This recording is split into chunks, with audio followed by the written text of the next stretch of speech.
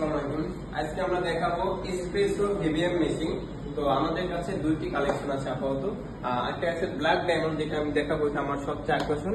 আমাদের এখানে আছে এসপ্রেসো ভিভিএম মেশিন। এটা আমাদের কত সালে হয়? 1976 সালে আপনার ইতালিয়ান একটা মিলিয়ন নামের জায়গায় হয়।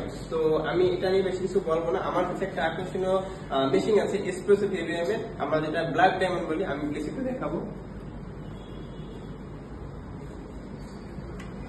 আমাদের এটা হচ্ছে আজকে আমরা আনছি, এটা এসপ্রেসো ভিভিএম মেশিন ব্ল্যাক ডায়মন্ড।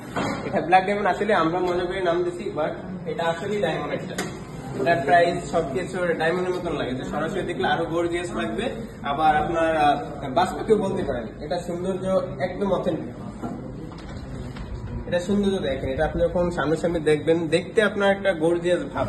এই গর্জিয়াসটার জন্য আমি এটার নাম দিচ্ছি ব্ল্যাক ডায়মন্ড, বা আপনার বাস পাখিও বলতে পারেন। এটা সৌন্দর্য আপনি সরাসরি দেখলে আরো বেশি ভালো লাগবে, ভিডিও থেকে সরাসরি বেস্ট।